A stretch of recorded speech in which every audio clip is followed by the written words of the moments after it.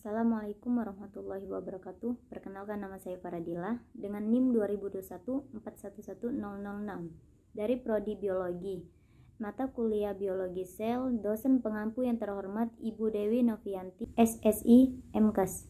Di sini saya akan menjelaskan tentang membran sel dan transportasi zat. Mari kita simak videonya. Apa itu membran sel? Membran sel adalah membran semi-permeabel pada sebuah sel yang mengelilingi dan membungkus isi sitoplasma dan nukleoplasma.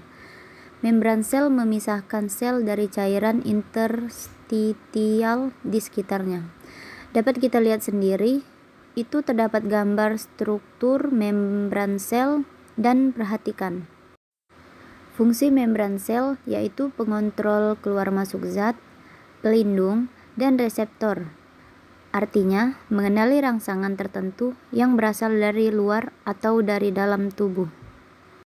Adapun struktur penyusun membran sel, 1. Lipid atau fosfolipid dibagi menjadi dua komponen, yaitu di bagian kepala disebut fosfat yang bersifat hidrofobik, yang berarti suka terhadap air. Di bagian kedua, bagian ekor disebut lipid atau lemak yang bersifat hidrofobik, berarti takut pada air. Kan lemak itu tidak pernah bersatu pada air. Itu disebut hidrofobik. 2. Protein. Protein ada dua macam, yaitu integral dan perifer. 3. Karbohidrat atau oligosakarida. Glukosa yang menempel pada lipid disebut glikolipid. Glukosa yang menempel pada protein disebut glikoprotein. Berikutnya ada transportasi zat. Transportasi zat ada dua macam, yaitu 1. Transfer aktif, yaitu membutuhkan energi. Dibedakan beberapa macam, yaitu A. Endositosis adalah proses masuknya suatu zat ke dalam sel. Endositosis ada dua macam, yaitu fagositosis padat dan pinositosis cair. B. Eksositosis adalah proses pengeluaran suatu zat di dalam sel. C. Kontransport dan pompa ion adalah transfer ion melalui membran. 2.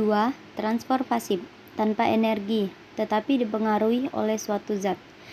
Transfer pasif dibedakan menjadi beberapa macam, yaitu A. Difusi adalah proses perpindahan zat tinggi atau hipertonik menuju ke zat yang rendah atau hipotonik. B. Difusi yang dipermudah. C. Osmosis adalah perpindahan air dari konsentrasi rendah atau hipotonik ke konsentrasi tinggi atau hipotonik melalui membran sel. Dan terakhir itu ada sitoplasma dan sitoskeleton. Apa itu sitoplasma? Sitoplasma adalah bagian dari sel yang berada di antara nukleus dan membran plasma. Sitoplasma mencakup dua hal, yaitu 1. Organel sel. Organel sel adalah struktur kecil di dalam sel yang memiliki bentuk dan fungsi yang berbeda. 2. Sitosol. Sitosol adalah bagian cair dari sitoplasma yang mengelilingi organel-organel sel dan tersusun dari 75% sampai 90% air, dan terdapat zat-zat terlarut seperti protein dari repilit CO2. Sitosol berfungsi sebagai tempat reaksi kimia pada sel. Sitoskeleton adalah jaringan serat yang membentuk infrastruktur sel eukariotik, sel prokariotik, dan archaeans.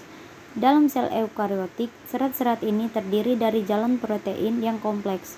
Fungsi sitoskeleton adalah meluas ke seluruh sitoplasma sel dan mengarahkan sejumlah fungsi penting. Baiklah, itu saja penjelasan dari saya mengenai membran sel, transportasi zat, sitoplasma, dan sitoskeleton. Wassalamualaikum warahmatullahi wabarakatuh.